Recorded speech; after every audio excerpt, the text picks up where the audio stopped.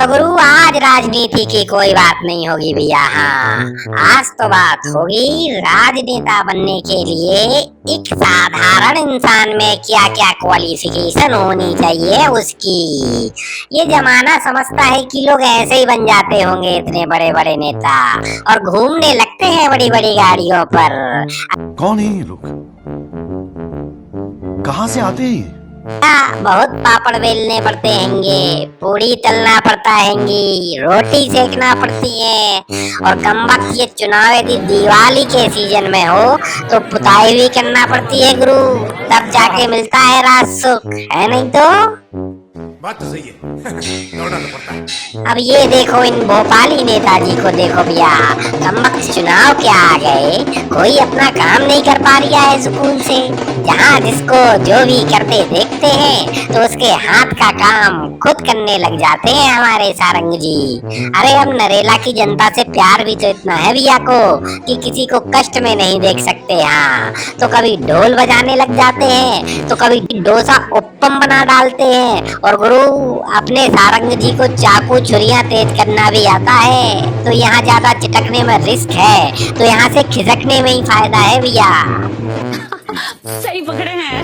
No राजनीति का मजेदार मुकाबला, भाई भाई, दोस्त दोस्त, बाप बेटे, समधी समधन, ये चुनावी मुकाबले तो गुरु सब ओल्ड हो चुके हैं, सबने देख सुन लिए होंगे। अब देखो लेटेस्ट वाला, सागर विधानसभा में इस बार जो अखाड़ा सजा है उसमें एक तरफ ज्येष्ठ श्री शैलेंद्र जैन है तो भाजपा के 3 बार के विधायक हैं गुरु और चौथी बार मंत्री बनने की फिराक में है और सागर की जनता की नस नस जानते हैं। तो कांग्रेस से है बहुरानी निधि जैन, जिन्होंने महापौर के चुनाव में ये अंदाजा लगा लिया था कि सागर जीतना इतना मुश्किल काम भी नहीं है भैया, तो फिर आ गई मैदान में और ये चुनाव बन गया है दोनों की नाक का सवाल, जिसका जवाब है जनता के पास, क्योंकि दोनों को ही करना है सागर का विकास।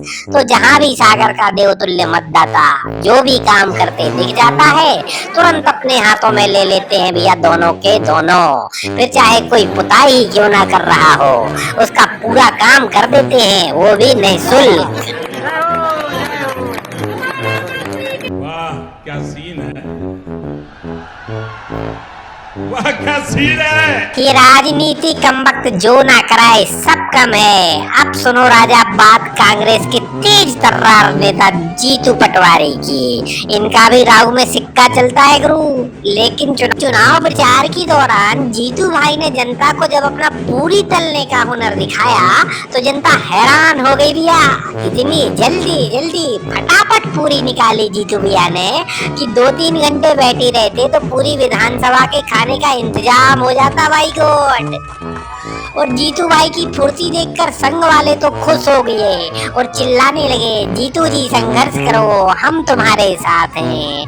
अब पूरी तलने में कौन सा संघर्ष हो रहा था ये तो जीतू भाई ही जाने, लेकिन एक बात पक्की हो गई गुरु, हमारे जीतू भैया हैं ऑलराउंडर टाइप।